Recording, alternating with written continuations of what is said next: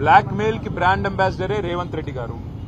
RTI అనే ఒక చట్టాన్ని అడ్డంగా పెట్టుకుని రైట్ టు ఇన్ఫర్మేషన్ ని రూట్ టు ఇన్కమ్ గా మార్చుకున్నదే రేవంత్ రెడ్డి గారు.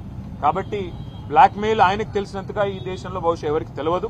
కాబట్టి ఆయన మాట్లాడితే దయ్యాలు వేదాలు వల్లించినట్టుంటది. అంతకంటే ఎక్కువ నేను చెప్పను.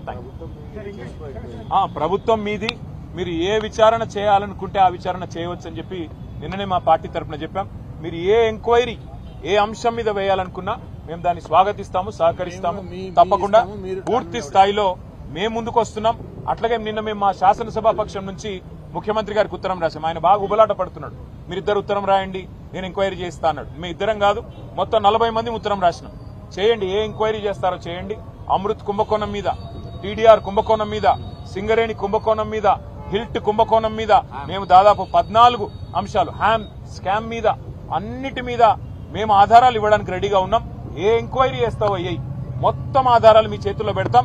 ఏ యాక్షన్ తీసుకుంటావు? నిన్న చెప్పావు డైలాగ్, రేవంత్ రెడ్డి కుటుంబమైనా శ్రీనివాస్ రెడ్డి కుటుంబమైనా ఎవరిని ఉపేక్షించను, చర్య తీసుకుంటామన్నావు. ఆధారాలతో సహితంగా ఇవాళ ఉదయం రెవెన్యూ మంత్రి గారి కుంభకోణాన్ని బయటపెట్టాం. సతీష్ షా, పల్లవి షా వాళ్ళు పాపం బాధితులు ఇవాళ మీ ముందే మాట్లాడారు మీడియా ముందు. దమ్ముంటే చర్య తీసుకొని ముఖ్యమంత్రి గారు చూపెట్టాలని చెప్పి కూడా మేము డిమాండ్ చేస్తాం.